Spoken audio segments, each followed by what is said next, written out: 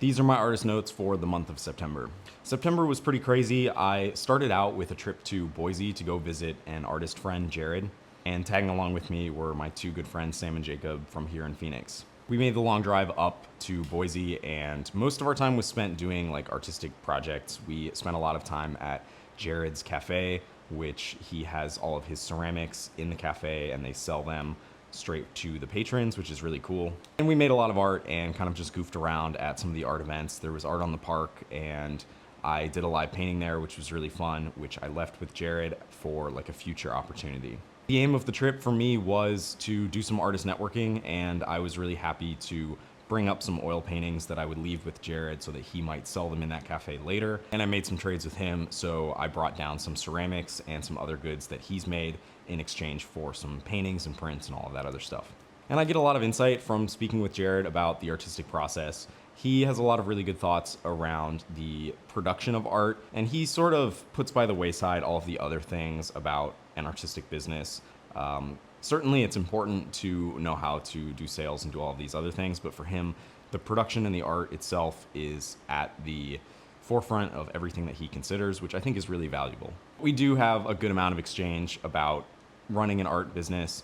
I will give him some insights into the things that I've learned about sales and marketing and how to just make sure that you actually do get a sale, like collecting somebody's info rather than necessarily just giving them yours and hoping for the best. And I get a lot of value out of our discussions in the fact that he is always a good reminder about optimizing your space so that you can create effectively, having this flow of goods in and out of your studio. So making sure that you're just moving volume as the main thing that you're doing rather than hoarding any art or keeping it just to yourself and that sort of thing. And that's been a huge focus for me lately, is trying to get my art out into the community. So in September, I did set up in a couple local cafes. I have two spots here in Phoenix that I have my art up. So if you want to go check out the Cartel Coffee on Camelback and Central, or the Cartel that is on Tatum and Shea, I've got art there as well.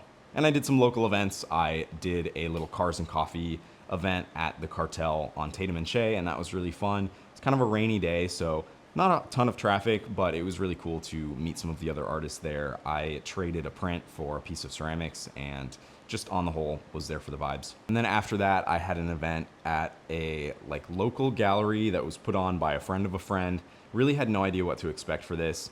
I showed up and it was kind of just this big open room where everybody was putting up their art. I broke out my level and the ladder and everything and tried to get my display looking as nice as possible.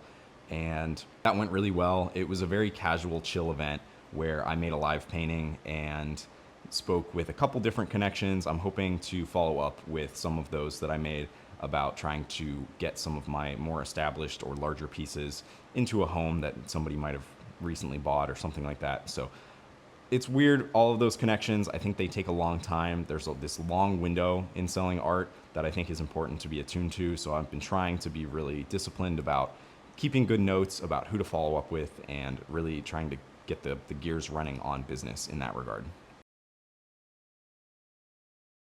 And some of the other stuff that I'm thinking about a lot lately is how to scale some of my more digital offerings. So I put a large focus this month onto creating assets for personal training. And I've been training clients for a while now, but I really want to find a way that I can continue to offer that value with minimal intervention on my part. And that's one of the things that I like to do as a personal trainer, is to give these tools and clarify around the tools. I think it's really effective to make these platforms and these tools that people can use on their own time, and hopefully that will scale with time. So I'm currently building out a kettlebell course, which is geared around beginners in the gym. And I'm thinking about ways to do this for art itself. So one of my concepts is that I'm going to try to put more effort into print sales and doing things that might scale like prints, and then try to do maybe some oil painting giveaways and that sort of thing around print sales. I've been thinking a lot about the lifestyle that I'm going for lately as well, and I think it's really important to try to shape your lifestyle first.